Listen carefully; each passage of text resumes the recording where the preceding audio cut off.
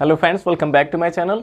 Friends, जैसा कि आप देख सकते हैं कि मेरे पास अरिहंत का ये अनसॉल्व पेपर है, जिसमें हम आपको क्लास 12 का यूपी बोर्ड क्लास 12 का ये जो मॉडल पेपर इसमें दिया गया है उसे हम सॉल्व करके आपको बताने वाले हैं इस वीडियो में। तो फ्रेंड्स, जैसा कि आप जानते हैं कि आपका जो क्वेश्चन पेपर है ये इस बार 4 सेक्शन में डिवाइड होगा। पहला है सेक्शन ए, जो कि रीडिंग सेक्शन है। इसमें आपको एक लॉन्ग पैसेज दिया जाएगा जिसको पढ़कर आपको नीचे दिए गए क्वेश्चन के आंसर देने होंगे और ये 15 मार्क्स के क्वेश्चन रहेंगे। तो ये जो अनसीन पैसेज है फ्रेंड्स, अनसीन पैसेज के उसका सोल्यूशन देने के लिए आपको 2 चीज़ें आनी चाहिए। एक तो आपका वोकैबुलरी बहुत अच्छा होना चाहिए। अगर आपका वोकैबुलरी अच्छा है तभी आप इसके आंसर्स को लिख पाएंगे। यानी कि 3 मार्क के जो क्वेश्चन इसमें होंगे वो वोकैबुलरी बेस्ड होंगे, जिसमें आपसे सिनोनिम पूछा जा सकता है, एंटोनिम पूछा जा सकता है, या फिर कोई ईडियम दे सकता है, उसका मीनिंग पूछा जा सकता है, या फिर इसमें किसी एक वर्ब को नाउन में चेंज करना या फिर नाउन को वर्ब में चेंज करना। इस तरीके से वोकैबुलरी बेस्ड क्वेश्चन पूछे जाएंगे 3 मार्क्स के, और बाकी सब जो क्वेश्चन होंगे उसका आंसर आपको उसी पैसेज में मिल जाएगा। और आप किसी भी पैसेज को पढ़कर उससे पूछे गए क्वेश्चन के आंसर कैसे लिख सकते हैं, इस पर मैंने एक वीडियो बनाया हुआ है जिसका लिंक आपको डिस्क्रिप्शन में मिल जाएगा। वहाँ से आके आप उसको देख सकते हैं। आप किसी भी क्वेश्चन का आंसर खुद से लिखना सीख जाएंगे अगर आपने इस वीडियो को देख लिया तो ये पहला जो रीडिंग सेक्शन है ये इतना लॉन्ग पैसेज इसमें होता है जिसको यहाँ पे लिखकर आपको बताना पॉसिबल नहीं है। तो और देखिए सेक्शन बी जो हमारा है राइटिंग सेक्शन, इसमें सबसे पहले आपको आर्टिकल लिखने के लिए दिया गया है और इसमें 3 टॉपिक दिए गए। पहला है राइजिंग प्राइसेस, यानी कि महंगाई के ऊपर, महंगाई टॉपिक पर आपको आर्टिकल लिखना है जो कि आपको बताया गया है। ऑलरेडी मैंने इस टॉपिक पर वीडियो बनाया है, उसका भी लिंक आपको डिस्क्रिप्शन में मिल जाएगा। और दूसरा इसमें दिया गया है topic festivals of India, festivals of India. अगर ये टाइटल दे दिया जाए, ये टॉपिक दे दिया जाए, तब तो आप बहुत ही आसानी से इस पर आर्टिकल लिख सकते हैं। केवल 100 to 150 वर्ड्स में आपको आर्टिकल लिखना होता है। तो अगर आपको उस टॉपिक के बारे में नॉलेज है, जानकारी है, तो आप 100 to 150 वर्ड्स में बहुत ही आसानी से आर्टिकल लिख सकते हैं। लेकिन उसके लिए आपका ट्रांसलेशन अच्छा होना चाहिए, क्योंकि हमारे माइंड में जो आइडियाज़ आएंगे वो सब हिंदी में आएंगे और उसको आपको लिखना है इंग्लिश में। तो उसके लिए आपको ट्रांसलेशन ज़रूर आना चाहिए, तभी आप ये आर्टिकल्स लिख सकते हैं। और तीसरा यहाँ पे टॉपिक दिया गया रोल ऑफ स्टूडेंट्स, यानी कि स्टूडेंट्स की भूमिका के बारे में लिखना है। और इसके बाद देखिए राइजिंग प्राइसेस टॉपिक पर आर्टिकल मैंने पहले से प्रोवाइड करा दिया है, आपको डिस्क्रिप्शन में लिंक मिल जाएगा, वहाँ से जाके आप इसको तैयार कर सकते हैं। और देखिए इसमें जो लेटर पूछा गया है ये बहुत ही आसान है। Write a letter to the principal of your school requesting him to make better arrangements for games and sports in the school, यानी कि स्कूल में खेल कूद की अच्छी व्यवस्था के लिए आपको प्रिंसिपल के पास एक कंप्लेंट लेटर लिखना है। अगर आप कहेंगे तो ये लेटर भी आपको हम बता देंगे। हम आपको बताने वाले हैं सेक्शन सी जो हमारा ग्रामर पोर्शन होता है, इस पूरे सेक्शन सी का सोल्यूशन हम आपको इसमें बताने वाले वीडियो में। तो देखिए सेक्शन सी हमारा ग्रामर सेक्शन होता है जो चौथे क्वेश्चन से स्टार्ट होता है, जिसमें चौथा जो क्वेश्चन हमारा है इसमें 5 क्वेश्चन रहेंगे, A B C D E करके 5 क्वेश्चन रहेंगे और एक मार्क के ही रहेंगे ये सभी 5 क्वेश्चन। और इसमें 1 क्वेश्चन सिंटैक्स बेस्ड होगा और 4 क्वेश्चन वोकैबुलरी बेस्ड होगा।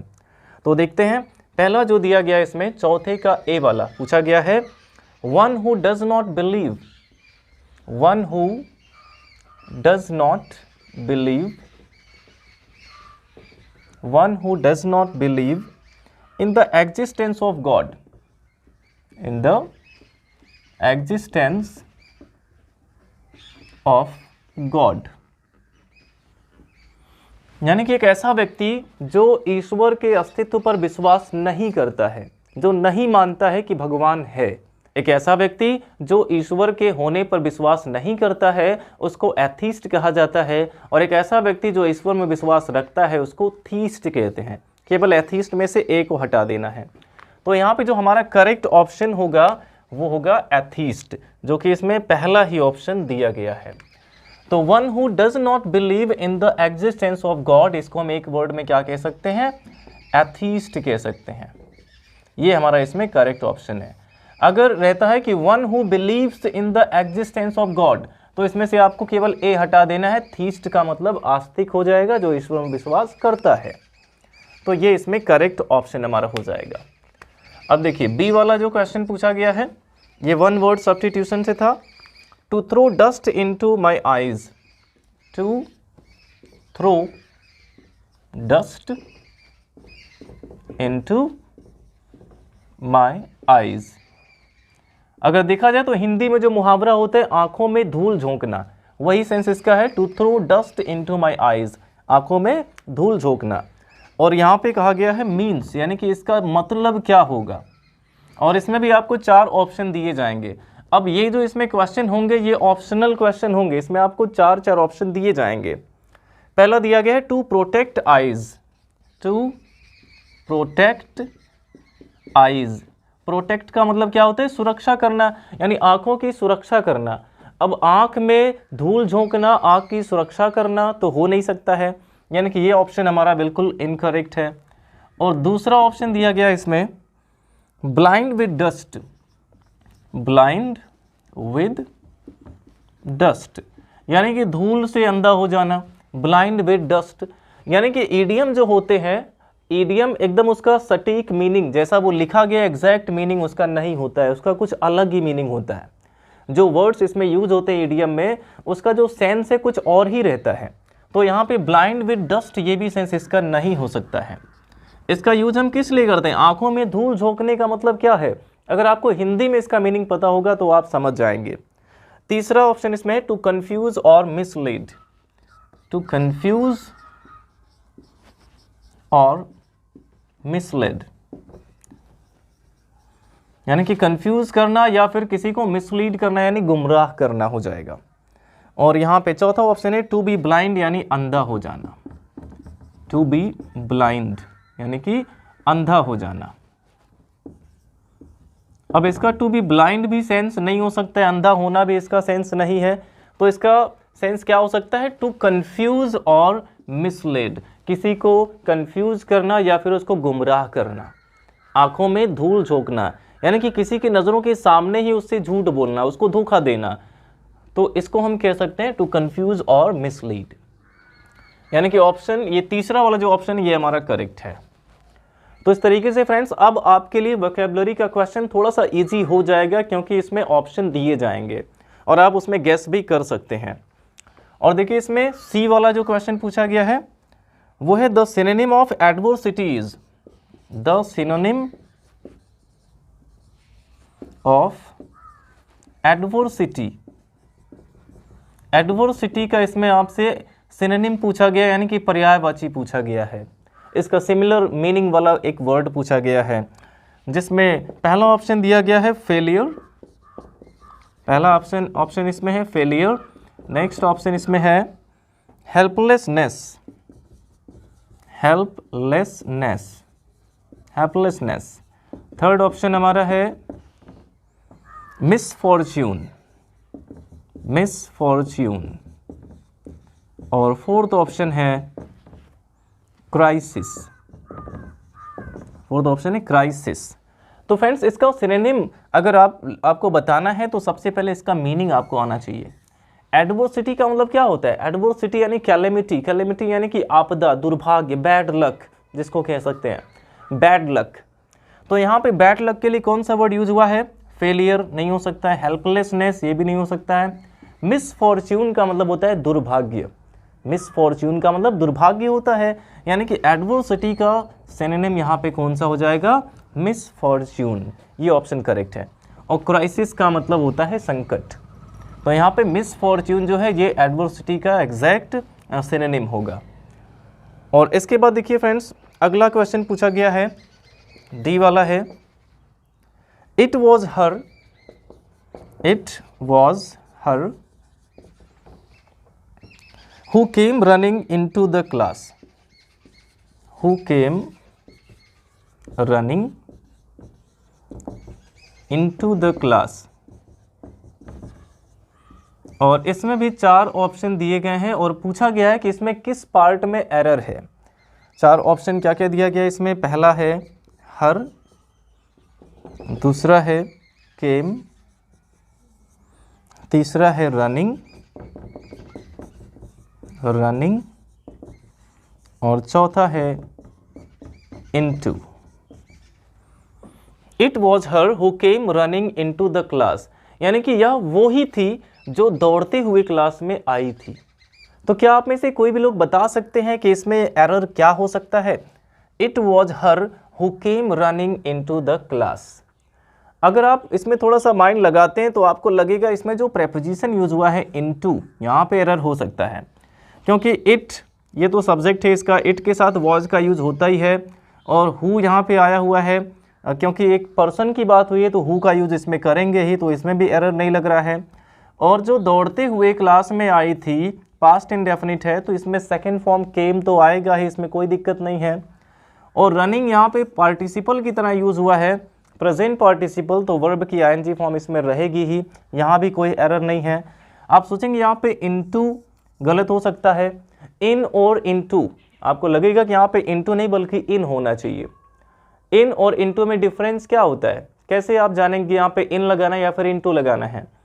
इसके लिए एक सिंपल सा तरीका है, अगर कोई चीज़ पहले से ही किसी आवरण के अंदर होती है, पहले से ही अंदर हो, तो वहाँ पे आप इन का यूज़ करेंगे, और अगर कोई चीज़ पहले से अंदर ना हो बल्कि वो बाद में अंदर आए, तो वहाँ पे आप इनटू का यूज़ करेंगे।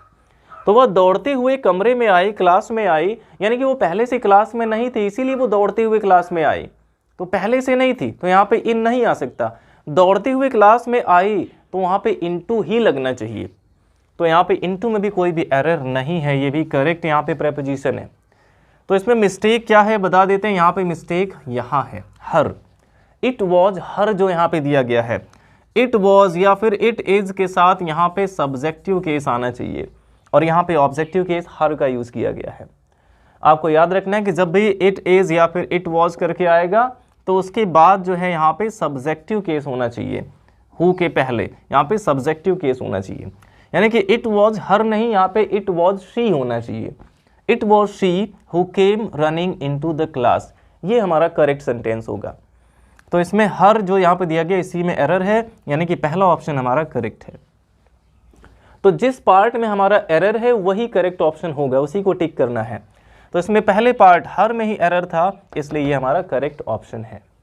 तो अब देखते हैं फ्रेंड्स, इसमें जो हमारा ई वाला क्वेश्चन दिया गया है, the antonym of terrible is, इसमें पूछा गया है the antonym of terrible, the antonym of terrible is, यानी कि इसमें टेरिबल का एंटोनिम पूछा गया है। एंटोनिम का मतलब क्या है, ऑपोजिट वर्ड है, यानी कि विलोम शब्द, उसका उल्टा हमें लिखना है। वैसे टेरिबल का मतलब क्या होता है, ये टेरर से बना हुआ है, तो टेरिबल का मतलब क्या हो जाएगा, भयानक। टेरिबल का मतलब भयानक कह सकते हैं, और इसका अपोजिट वर्ड आपको लिखना है। और इसमें 4 ऑप्शन भी दिया गया है। पहला ऑप्शन इसमें है फ्राइटनिंग, पहला दिया गया है फ्राइटनिंग। वैसे भी देखा जाए फ्राइट का मतलब डर होता है, फ्राइटनिंग का मतलब ये हो जाएगा डरावना, इसका भी सेम मीनिंग है जो टेरिबल का है। तो टेरिबल और फ्राइटनिंग ये एंटोनिम नहीं है बल्कि ये सिनोनिम है। और दूसरा यहाँ पे दिया गया है सूदिंग, सेकेंड ऑप्शन इसमें है सूदिंग। और थर्ड ऑप्शन हमारा है, थर्ड ऑप्शन है हॉरिबल। हॉरिबल का भी मतलब क्या होता है, भयानक होता है। और फोर्थ हमारा है स्केयरिंग, और स्केयरिंग का भी मतलब क्या है, डरावना है या भयानक कह सकते हैं। तो इसमें जो 4 ऑप्शन दिए गए हैं, 4 में से 3 तो इसके सिनोनिम लग रहे हैं, किसके, टेरिबल के।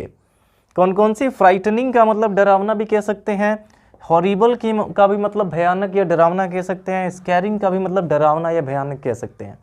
तो ये 3 जो है ये तो इसका सिनोनिम हो गया, और इसमें एंटोनिम पूछा गया है, तो केवल एक ही ऑप्शन इसमें बचा, सूदिंग। जो सेकंड ऑप्शन हमारा है सूदिंग।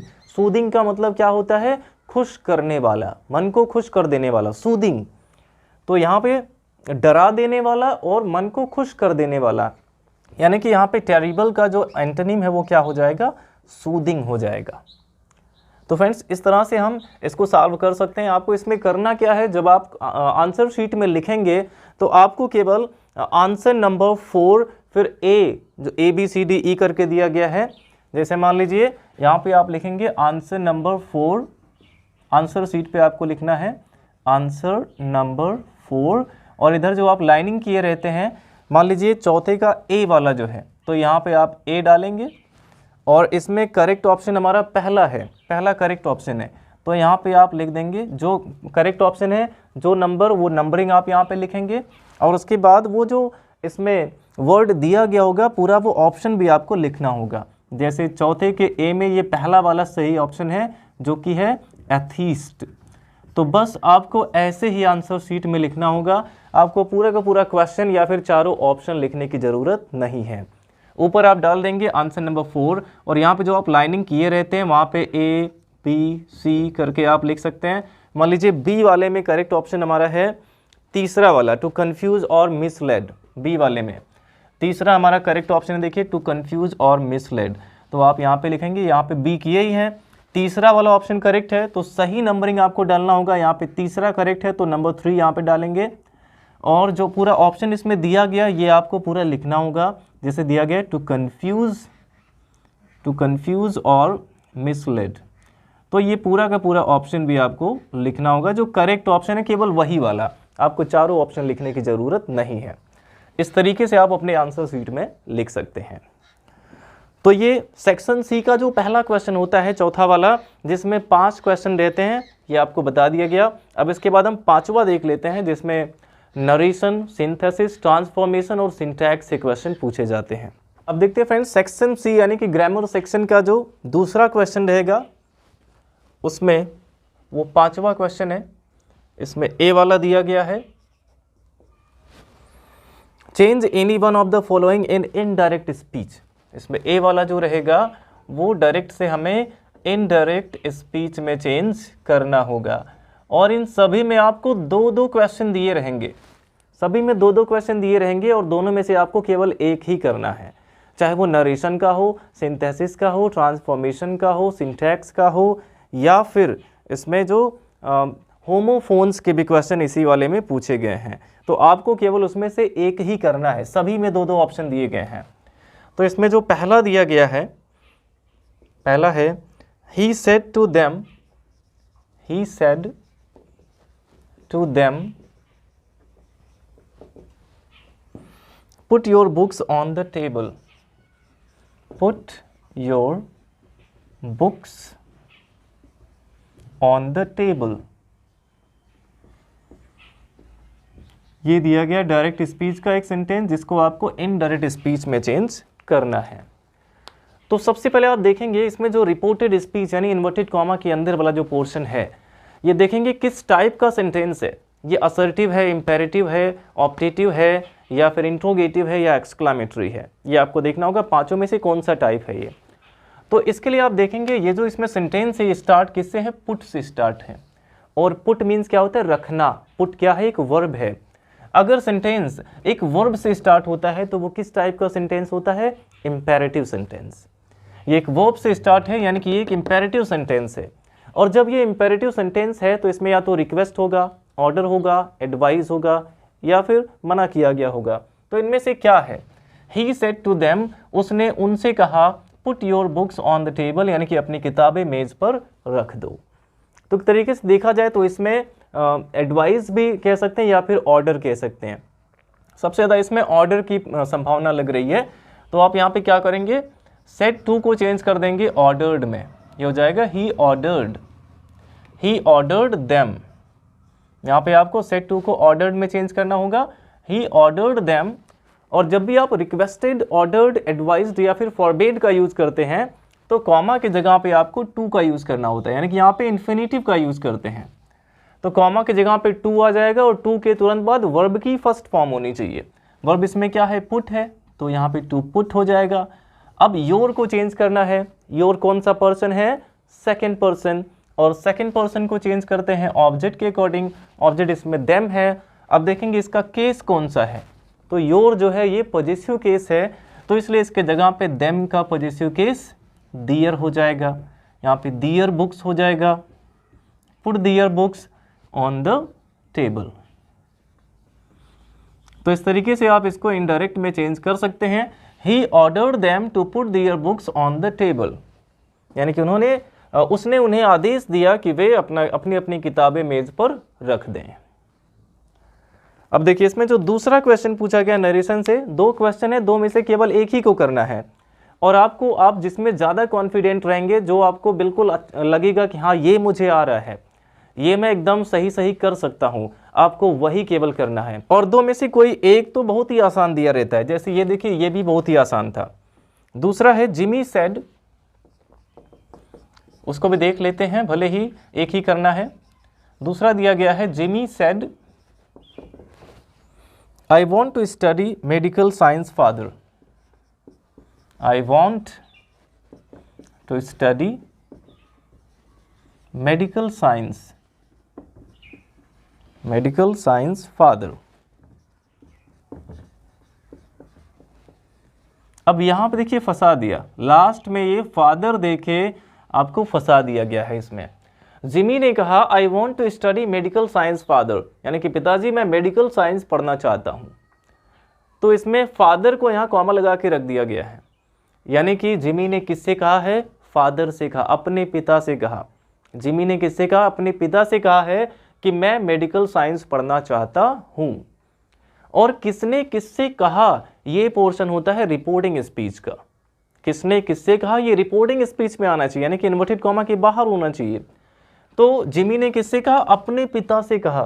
तो आप इसको कैसे इनडायरेक्ट में चेंज करेंगे, सबसे पहले यहाँ पे आ जाएगा सब्जेक्ट जिमी, और इसमें देखिए जो रिपोर्टेड स्पीच है, रिपोर्टेड स्पीच क्या होता है, इन्वर्टेड कॉमा के अंदर वाला, ये किससे स्टार्ट है, आई यानी कि सब्जेक्ट से स्टार्ट है। और जब रिपोर्टेड स्पीच सब्जेक्ट से स्टार्ट होगा यानी कि वो एक असर्टिव सेंटेंस है। और अगर असर्टिव सेंटेंस है तो सेड को आपको टोल्ड में चेंज करना होता है, जब उसके बाद हमें ऑब्जेक्ट लिखना होगा। तो अगर सेड के बाद ऑब्जेक्ट लिखना है तो आपको वहाँ पे टोल्ड का यूज करना होगा, ऑब्जेक्ट नहीं है तो सेड ही लिखते हैं। तो इसमें जो फादर है इसको हमें इधर लेके आना है, क्योंकि जिमी ने अपने पापा से कहा। तो जब फादर को हम इधर लेके आएंगे यानी कि सेड के बाद ऑब्जेक्ट लिखना है, इसलिए हम सेड को यहाँ पे चेंज करेंगे टोल्ड में। आपको बताया गया होगा कि जब सेड के बाद एक ऑब्जेक्ट होता है तो उसको टोल्ड में चेंज करते हैं, और अगर ऑब्जेक्ट नहीं होता है तो टोल्ड में चेंज नहीं करते हैं। और यहाँ पे देखिए सेड के बाद तो ऑब्जेक्ट नहीं है, लेकिन इसका जो ऑब्जेक्ट है इसको रिपोर्टेड स्पीच में रख दिया गया है आपको कंफ्यूज करने के लिए। यहाँ पे फादर कर दिया गया है, लेकिन ये जो फादर है ये रिपोर्टिंग स्पीच का ही पार्ट है, क्योंकि जिमी ने किससे कहा, अपने पिता से कहा। तो यहाँ पे फादर को इधर हमें लेके आना है, इसलिए सेड को टोल्ड में चेंज करेंगे, हो जाएगा जिमी टोल्ड। और किसके फादर से कहेगा, अपने फादर से। तो यहाँ पे जिमी के अकॉर्डिंग आपको यहाँ पे हिज का यूज कर देना, हिज फादर। केवल फादर हम डायरेक्ट नहीं लिख सकते हैं, तो जाएगा Jimmy told his father, Jimmy ने अपने पिता से कहा। अब देखिए ये सब्जेक्ट से स्टार्ट है, यानी कि ये असर्टिव सेंटेंस है, और जब भी रिपोर्टेड स्पीच असर्टिव सेंटेंस होता है तो कॉमा की जगह पे दैट का यूज करते हैं एज ए कनेक्टिव वर्ड, यहाँ पे दैट आ जाएगा। अब आई को चेंज करना होगा, आई यहाँ पे फर्स्ट पर्सन चेंज करेंगे सब्जेक्ट के अकॉर्डिंग। सब्जेक्ट जिमी है और जिमी एक लड़का है, तो उसके लिए प्रोनाउन ही का यूज कर सकते हैं। तो यहाँ पे जिमी के लिए ही का यूज हो गया। अब यहाँ पे वांट आया हुआ है, आई वांट मैं चाहता हूँ, प्रेजेंट इंडेफिनिट, और प्रेजेंट इंडेफिनिट को चेंज कर देते हैं पास्ट इंडेफिनिट में, यानी कि वर्ब की फर्स्ट फॉर्म को चेंज करते हैं वर्ब की सेकंड फॉर्म में। तो यहाँ पे वांट का वांटेड हो जाएगा, ही वांटेड टू स्टडी। अब ये तो इन्फिनिटिव है, ये चेंज होगा नहीं, इसको ऐसे लिखेंगे to study medical science, medical science. और ये फादर जब इधर चला आया तो वहां से हट जाएगा। तो इस तरीके से फ्रेंड देखिए हम यहाँ पे दोनों ही सेंटेंसेस को डायरेक्ट से इनडायरेक्ट में बहुत ही आसानी से चेंज कर सकते हैं। अब देखिए इसके बाद हमारा जो नेक्स्ट क्वेश्चन दिया गया है बी वाला, जो इसमें है combine any one of following as directed, यानी कि ये सिंथेसिस से दिया गया है। पांचवे का जो बी वाला क्वेश्चन होगा वो किससे दिया गया होगा, सिंथेसिस से पूछा जाएगा। पांचवे का बी वाला जो क्वेश्चन होगा ये सिंथेसिस टॉपिक से पूछा जाएगा, जिसमें पहला दिया गया है the train was very late. पहला इसमें है the train was very late,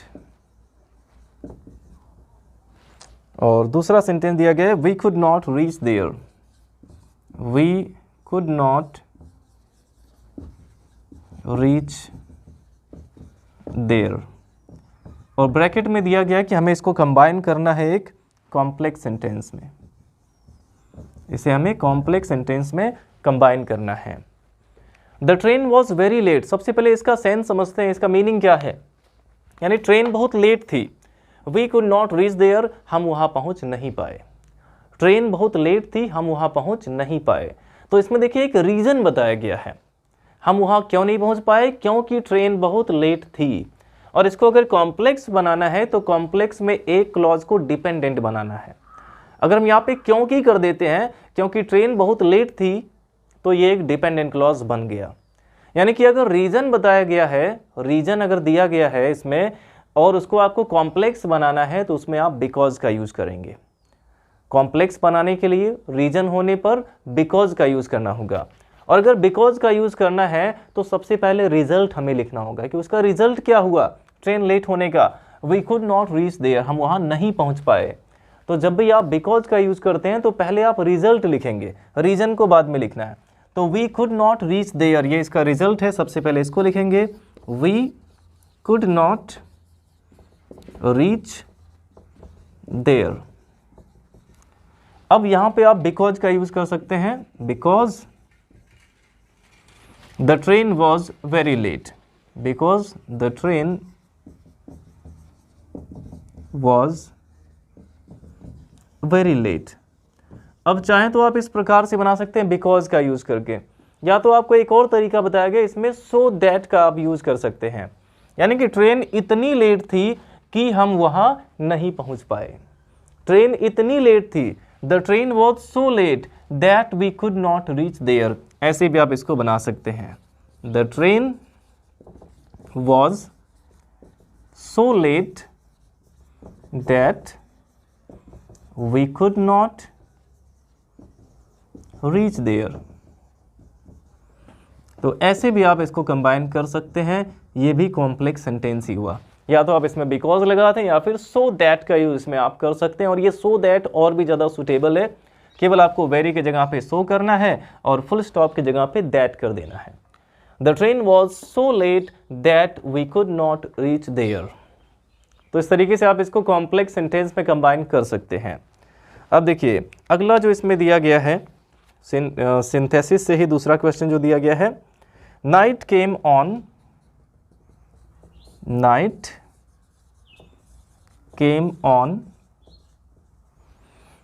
और इसमें दिया गया है night came on, the room grew dark, the room grew dark. और इसमें ब्रैकेट में दिया गया है कंपाउंड सेंटेंस, यानी कि इसको आपको कंपाउंड में कंबाइन करना है। Night came on, the room grew dark. सबसे पहले देखिए यहाँ पे ये जो एग्जाम्पल हमारा था, ये जो सेंटेंस था, the train was very late, train बहुत लेट थी, so we could not reach there, इसलिए हम वहाँ नहीं पहुँच पाए। अगर आप सोच रहे हैं कि इसमें सो का यूज़ कर दें तो वो भी गलत हो जाएगा। सो का यूज़ कर सकते हैं, लेकिन अगर कॉम्प्लेक्स बनाना है तब आप सो का यूज़ नहीं कर सकते हैं, क्योंकि सो का यूज़ होता है कंपाउंड सेंटेंस में।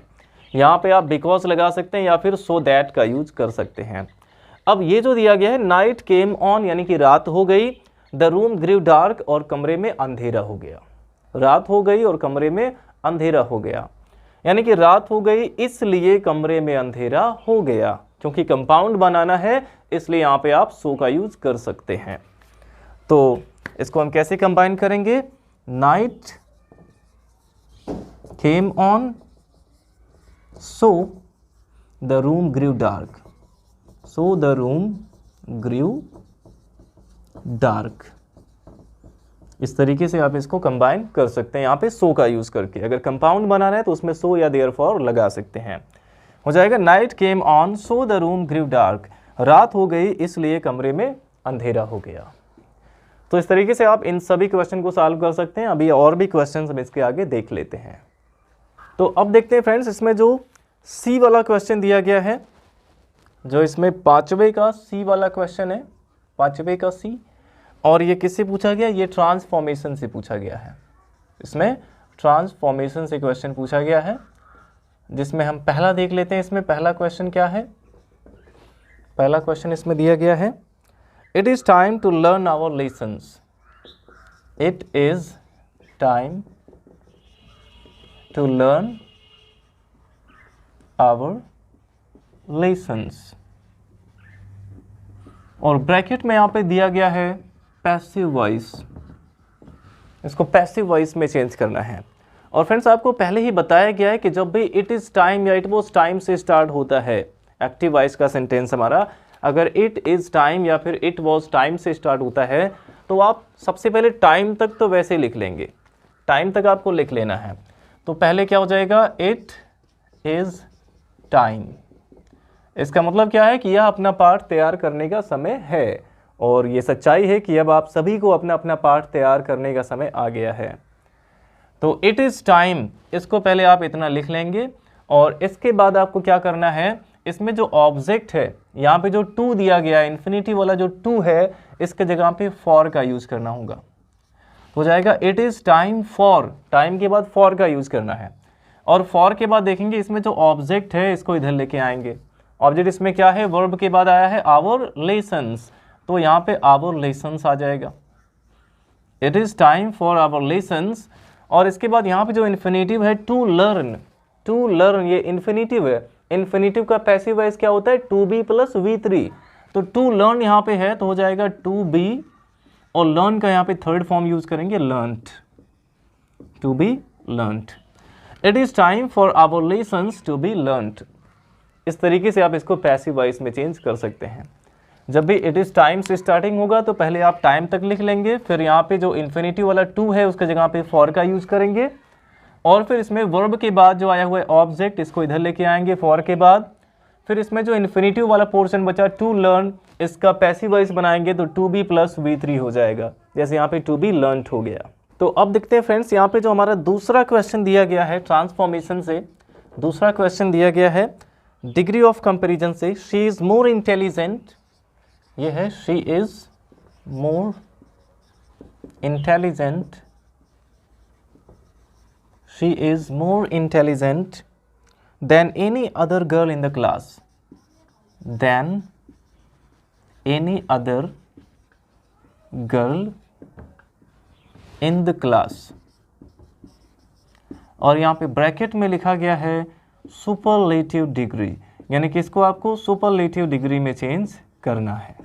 और ये है किस डिग्री में, यहाँ पे देखिए मोर देन का यूज हुआ, यानी ये कंपैरेटिव डिग्री में है, और इसको आपको सुपरलेटिव में करना है।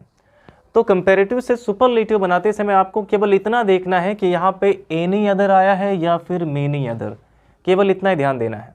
इसमें एनी अदर अगर आया है तब तो आप इसमें डायरेक्ट कर सकते हैं she is the most intelligent, direct कर सकते हैं यहाँ पे द मोस्ट इंटेलिजेंट। लेकिन अगर यहाँ पे मेनी अदर आ गया है तो one of the most intelligent करना होगा, वन ऑफ के बाद आपको सुपरलेटिव डिग्री यूज़ करना है। तो इसमें मेनी अदर तो आया नहीं है, एनी अदर आया है, तो आप इसको कैसे सॉल्व कर सकते हैं। सबसे पहले आप यहाँ पे सब्जेक्ट लिखेंगे, हो जाएगा शी इज़, सबसे पहले सब्जेक्ट यहाँ पे लिखेंगे शी, और फिर वर्ब आएगा is. She is a more intelligent का सुपरलेटिव क्या हो जाएगा, the most intelligent. She is the most intelligent. अगर एनी अदर आया है तो डायरेक्ट आप यहाँ पे सुपरलेटिव डिग्री का यूज़ कर सकते हैं, और अगर मेनी अदर होता तो आपको वन ऑफ का यूज़ करके तब यहाँ पे द मोस्ट इंटेलिजेंट लिखना पड़ता। तो ये हो गया she is the most intelligent girl in the class, ये पूरा आप लिखेंगे गर्ल इन द क्लास। तो ये इसका सुपरलेटिव बन गया, she is the most intelligent girl in the class, यानी कि वह क्लास की सबसे इंटेलिजेंट लड़की है। तो इस तरीके से आप कंपैरेटिव से सुपरलेटिव में इसको बना सकते हैं। और इसमें भी आपको दोनों में से केवल एक ही करना था, जिसमें आपको ज़्यादा कॉन्फिडेंस होगा, जो आपको ज़्यादा सटीक लगेगा उसी को आप सॉल्व करेंगे दोनों में से। अब देखिए इसमें जो डी वाला क्वेश्चन है वो सिंटैक्स से पूछा गया है। डी वाला जो क्वेश्चन है वो सिंटैक्स से इसमें क्वेश्चन पूछा गया, दो क्वेश्चन। पहला है he speaks much fluently, he speaks much fluently, यानी कि वह और धारा प्रवाह बोलता है। तो फ्रेंड्स अब यहाँ पे दो क्वेश्चन दिया गया है, पहले हम दोनों क्वेश्चंस को देख लेते हैं। पहला है ही स्पीक्स मच फ्लुएंटली, और दूसरा है I prefer a pen than a pencil. I prefer a pen than a pencil. अब फ्रेंड देखिए यहाँ पे दो क्वेश्चन दिए जाएंगे क्वेश्चन पेपर में सिंटैक्स के भी, और आपको पहले दोनों क्वेश्चंस को ध्यान से पढ़ना है और फिर दोनों में से आपको किसी एक को सेलेक्ट करना है जिसमें आप सोचेंगे कि ये मुझे बिल्कुल अच्छी तरीके से पता है। तो पहला है स्पीक्स मच फ्लुएंटली। इसमें आपको थोड़ा डाउट हो सकता है कि इसको हम कैसे करेक्ट करें, क्योंकि इसमें पूरा सेंटेंस ही करेक्ट करके आपको लिखना है, केवल एरर ही नहीं बताना बल्कि पूरे सेंटेंस को करेक्ट करके लिखना भी है। और दूसरा देखिए I prefer a pen than a pencil. ये आपको कई बार बताया गया है कि जब भी प्रीफर या प्रीफरेबल आता है तो इसके साथ देन के जगह पे टू का यूज होता है। तो ये आपको पता होगा, ऑलरेडी पता हो, क्योंकि मैंने इसको कई बार बताया है पहले भी। I prefer a pen than a pencil, यहाँ पे आप केवल देन के जगह पे टू कर देंगे, सेंटेंस करेक्ट हो जाएगा। और दूसरे वाले में आप कंफ्यूज हो जाएंगे कि इसमें क्या एरर हो सकता है।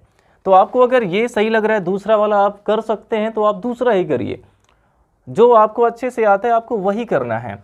तो आप इसको पूरा लिख सकते हैं, ये पूरा सेंटेंस आपको लिखना होगा। तो आप लिख सकते हैं I prefer a pen to a pencil. I prefer a pen to a pencil. तो इस तरीके से आप इसको करेक्ट करके लिख सकते हैं। और इसमें भी आपको बता देते हैं यहाँ पे मच नहीं बल्कि मोर होना चाहिए, क्योंकि इसमें कंपैरिजन हो रहा है। तो ही स्पीक्स मच फ्लुएंटली नहीं बल्कि ही स्पीक्स मोर फ्लुएंटली, ये होना चाहिए। तो यहाँ पे मोर का यूज होना चाहिए था, तब ये करेक्ट हो जाएगा। अब इसके बाद केवल एक क्वेश्चन इसमें बचा है जो कि है होमोफोन्स। होमोफोन्स क्या होते हैं? जो देखने में एक ही जैसे लगते हैं, देखने में बिल्कुल एक जैसे लगते हैं, देखने में यानी कि उसका जो प्रोनाउंसिएशन, जो उच्चारण है वो एक जैसा लगता है। जैसे एक दिया गया BORN बॉर्न और एक दिया गया है BORNE बॉर्न। तो यहाँ पे दो पेयर आपको दिया जाएगा, दो पेयर दिया जाएगा, दो में से किसी एक पेयर को आपको इसमें अपने सेंटेंस में यूज करना है। तो पहला हो गया इसमें बॉर्न और बॉर्न, और दूसरा है चेक, CHECK चेक, और CHEQUE चेक। तो इस तरीके से दो पेयर आपको दिया गया है होमोफोन्स का, आपको इनमें से कोई एक ही करना है। यानी कि आप में से इनमें दोनों में से आप जो भी करेंगे उसमें ये दोनों आपको पता होना चाहिए। यानी कि ऐसा आप नहीं कर सकते हैं कि एक यहाँ पे कर दें बॉर्न और एक यहाँ से कर दें चेक, ऐसा नहीं होना चाहिए। आपको पूरा एक पेयर सॉल्व करना होगा, उसको सेंटेंस में यूज करना होगा। इसका मीनिंग भी लिखने की कोई ज़रूरत नहीं है, केवल आपको इसे अपने सेंटेंस में यूज करना है। तो ये जो BORN बॉर्न है, इसके बारे में आपको पता है, बॉर्न का मतलब पैदा होना। तो किसी के बारे में आप लिख सकते हैं कि जैसे Gandhi ji was born at Porbandar in Gujarat. Gandhi ji was born at Porbandar in Gujarat. तो यहाँ पे बॉर्न यानी पैदा हुए थे, ये सेंटेंस में यूज हो गया। और BORNE, इसका जो बेस फॉर्म है वो क्या होता है? BEAR, bear. बेस फॉर्म इन दोनों का होता है बेयर, BEAR। अब इस बेयर का कई सेंस होता है। एक तो बेयर का मतलब जन्म देना होता है, जन्म देना या जन्म लेना, और बेयर का मतलब फलना भी होता है। जैसे पेड़ पौधे में जो फल लगते हैं तो उसका भी मीनिंग बेयर ही होता है। और बेयर का एक सेंस रखना भी होता है। तो अगर ये पैदा होने के सेंस में नहीं यूज हुआ है, केवल पैदा होने के सेंस में थर्ड फॉर्म BORN बॉर्न होता है, उसके अलावा अगर ये किसी और सेंस में यूज किया गया है तो थर्ड फॉर्म BORNE होगा। यानी कि इसको आपको यूज करना है पैदा होने के सेंस में, और इसको किसी और सेंस में यूज कर देना। जैसे रखना वाले सेंस में कर सकते हैं कि this rule must be kept, must be borne in mind. This rule must be borne in mind, यानी कि ये रूल दिमाग में जरूर रखना चाहिए। This rule must be borne in mind, ऐसे आप इसमें इसको सेंटेंस में यूज कर सकते हैं। यहाँ पे बॉर्न का मतलब रखना हो जाएगा, must be born passive voice में थर्ड फॉर्म बॉर्न यहाँ पे यूज किया गया। और अगर इसको देखा जाए, चेक का मतलब होता है परीक्षण करना, और ये चेक का मतलब चेक जो पैसा वाला चेक होता है जो भजाते हैं बैंक में।